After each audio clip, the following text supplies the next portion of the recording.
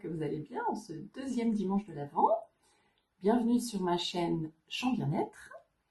Donc pour ceux et celles qui ne me connaissent pas encore, je m'appelle Laure, j'habite en Allemagne et je suis professeure de chant et de langue étrangère.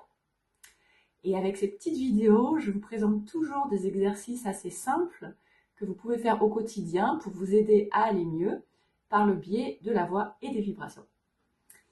Et aujourd'hui, donc, je vais vous présenter un exercice qui va vous faire travailler le souffle, donc ça c'est super pour les chanteurs, et qui va également activer le nerf vague. Alors le nerf vague, vous en avez certainement déjà entendu parler, c'est un nerf qui passe dans tout le corps et qui permet d'atteindre l'état qu'on appelle parasympathique, c'est-à-dire c'est l'état de détente, quand on est bien, on est détendu, on n'est pas stressé. Et c'est le contraire de l'état sympathique, qui malgré son nom n'est pas du tout sympathique, en tout cas pour ma part. Et lui, il active, donc il est vraiment dans l'action, et dès qu'on se sent stressé, tout ça, c'est le sympathique. Donc le nerf vague, il détend, il permet de redescendre, on va dire. Et ce que j'adore, c'est trouver toujours différents aspects, alors que ça soit thérapeutique, artistique ou spirituel, qui amène à la même chose, sauf qu'on a différents mots pour l'exprimer, bien sûr. Et hier, je suis tombée par hasard sur la vidéo d'une kiné que je suis de temps en temps, qui parlait du système nerveux, et notamment d'activer le nerf vague.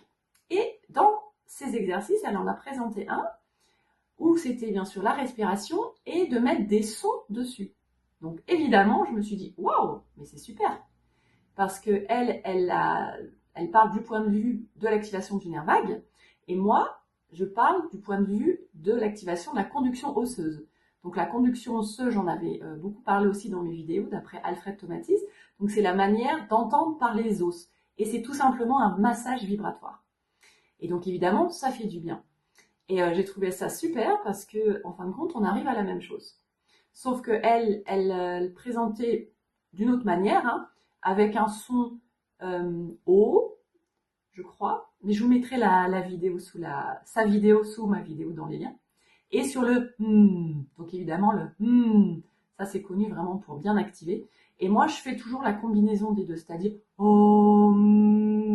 et là vous avez vraiment l'activation de la conduction osseuse et du nerf vague. Voilà.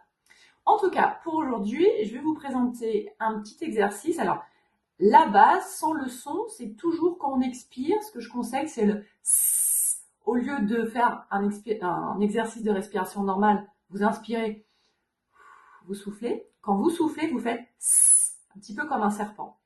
Et vous pouvez le faire assis, ou allongé, par exemple en mettant les mains au niveau des côtes, et quand vous inspirez par le nez si possible, vous allez expirer.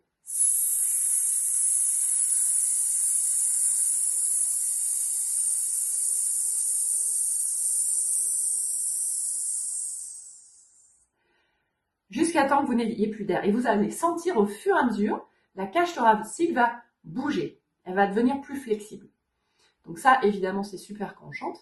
Et c'est super même quand on ne chante pas, parce qu'on a besoin d'oxygéner ses organes. Donc ça, on va dire, c'est la base. Et l'exercice par rapport à ça que je vous propose, au lieu de faire un S, qui est, on va dire, sans véritable son, on va faire sur un V. Donc vous pouvez imaginer comme un V, comme un petit moustique qui cherche sa piste d'atterrissage ou sa victime. C'est super drôle en plus. Et vous allez voir, ça active vraiment donc la conduction osseuse, ça vous fait un massage vibratoire et en plus le fameux nerf vague. Donc vous allez être super détendu. Donc on refait la même chose. Donc encore une fois, vous pouvez faire ça soit allongé sur un matelas de yoga par exemple, ou sur votre lit. Même si sur le lit, je trouve le matelas est un peu mou. Moi, je préfère vraiment quand c'est plus dur, en tout cas au début. Ou alors, vous pouvez faire ça sur une chaise comme maintenant. Donc, pareil, vous remettez les mains autour de la cage thoracique, vous inspirez par le nez, et en expirant, vous allez faire ce V aussi longtemps que possible. On inspire.